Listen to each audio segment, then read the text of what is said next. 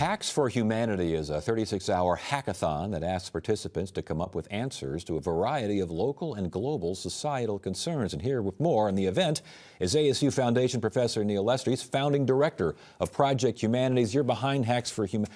Good to have you back. Well, it's good to be back. This is a yearly occurrence. Now, how long is this going to get going on? This is year number 6. Number 6. Okay, yes. What is Hacks for Humanity? Well, Hacks for Humanity is a 36-hour event where we bring people across disciplines and generations together to build a technology. And what that means is that this is as much about community building as it is about the product that's produced at the end of 36 hours.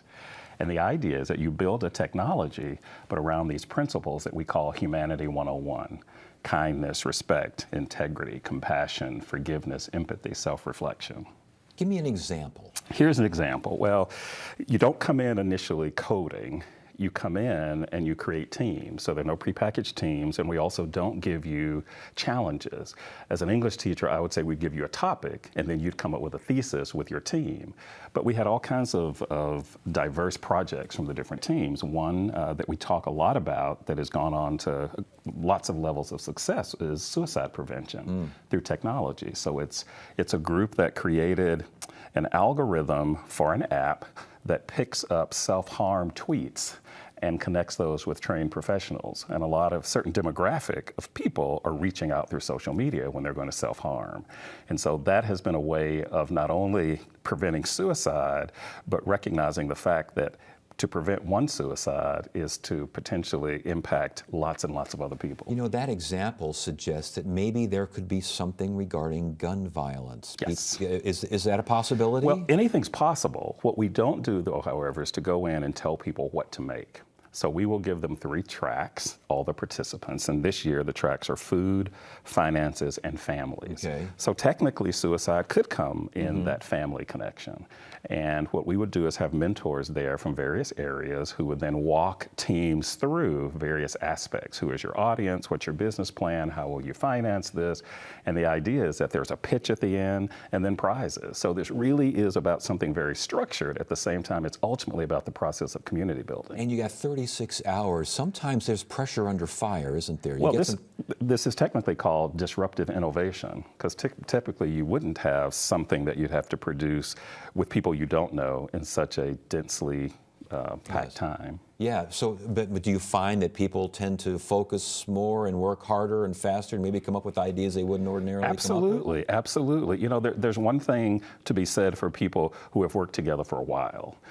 You sort of know each other, yes. But there's also this sense that we're not often challenged when we stay within those bubbles of familiarity. So there's something about creating a new community on the spot, even temporary, that goes on to be long-lasting, and the creativity that can come out of that is what we talk about when we talk about diversity. So if I show up and let's say I'm interested in homelessness, yes. But if I show up, I might wind up with a team that works with something else, correct? Well, you could, which is why we ask people not to come in with preconceived ideas, okay. Because the idea is that you have to negotiate that. Yes. You negotiate that in ways that if you came in with all of your people down here, Ted, you might want to work on something else, and then we'd say, but that team doesn't work because we want our teams to be more organic. So, and I could come in as a big-time expert on X, yeah. But you shove me over to Y, and also I can bring the X concepts to Y. Well, and if you can convince your team to do that, yes. Then it's all well and good. Okay, how many people take part in this? Well, you know, what's interesting is that we actually have 300 plus registered this year. Holy That's smokes. the most we've ever had at this point.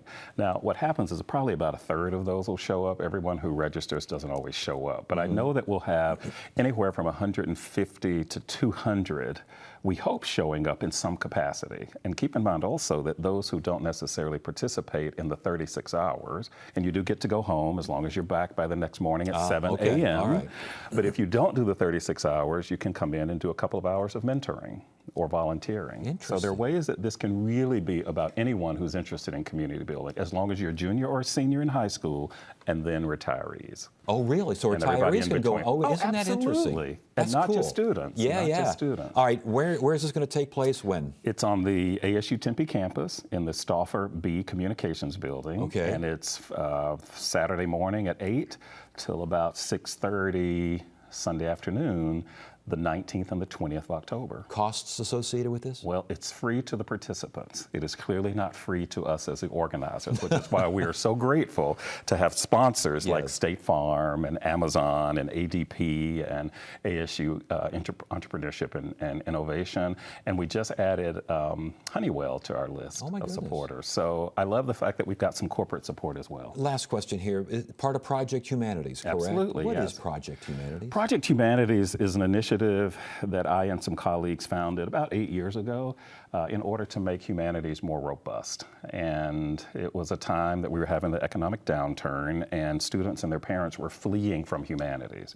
Language courses were being canceled all over universities across the country.